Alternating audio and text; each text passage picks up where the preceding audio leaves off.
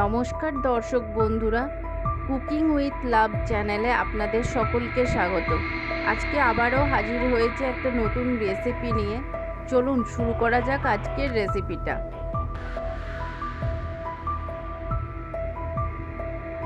আমরা এখানে কাতলা মাছের 3টে গাদার অংশ ভালো করে ধুয়ে নিয়ে তার মধ্যে অল্প পরিমাণে হলুদ, নুন এবং কাশ্মীরি লঙ্কার গুঁড়ো দিয়ে ভালো করে মাখিয়ে 5 মিনিটের জন্য ম্যারিনেট হতে রেখে দিচ্ছি।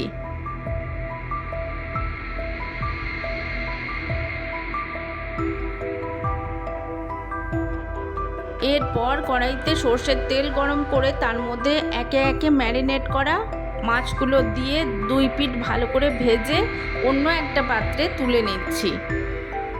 আর এর সাথে উপকরণ হিসাবে নিচ্ছি একটা টমেটোর পাতলা করে কেটে নেওয়া টুকরো।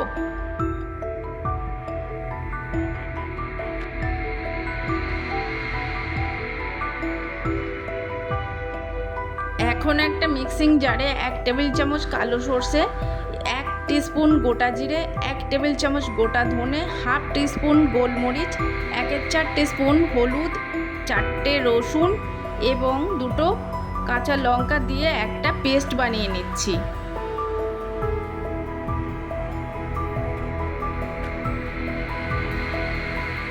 এরপর কড়াইতে 1 টেবিল চামচ সর্ষের তেল গরম করে তাতে ফোড়ন হিসাবে দিচ্ছি একটা দারচিনি, একটা তেজপাতা। এটা কয়েক সেকেন্ড নাড়াচাড়া করে নিচ্ছি। এরপর কড়াইতে যোগ করছি টমেটোর টুকরোগুলো। টমেটোটা দিয়ে গ্যাসের আঁচ কমিয়ে প্রায় 2 মিনিট ধরে কষিয়ে নিচ্ছি। তারপর কড়াইয়ে যোগ করছি আগে থেকে তৈরি করে রাখা পেস্টটা। এই পেস্টটা দেবার পর গ্যাসের আঁচ আবারও কমিয়ে রেখে 4 মিনিট ধরে টমেটোর সাথে মশলার পেস্টটা কষিয়ে নিচ্ছি।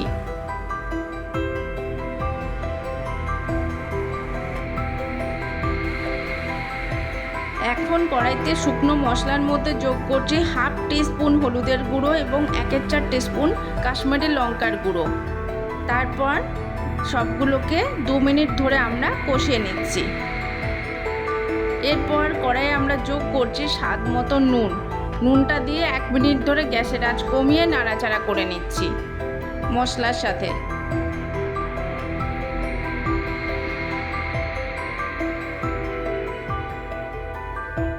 মশলা কষানোর পর কড়াইতে এখন যোগ করছি 1 কাপ মতো জল এবং গ্যাসের আঁচটা মিডিয়াম করে জলটা ফুটতে দিচ্ছি। তারপর ফুটে আসলে আমরা কড়াইয়ে যোগ করছি ভেজে রাখা মাছের টুকরোগুলো। তারপর গ্যাসের আঁচ কমিয়ে প্রায় 8 মিনিট ধরে মাছটা ফুটিয়ে নিচ্ছি।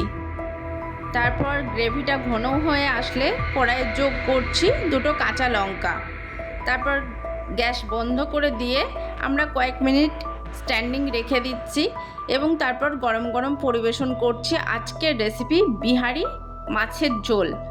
আপনাদের যদি আমার রেসিপি ভালো লাগে তাহলে লাইক, শেয়ার এবং আমার চ্যানেলটা সাবস্ক্রাইব করতে অবশ্যই যেন ভুলবেন না।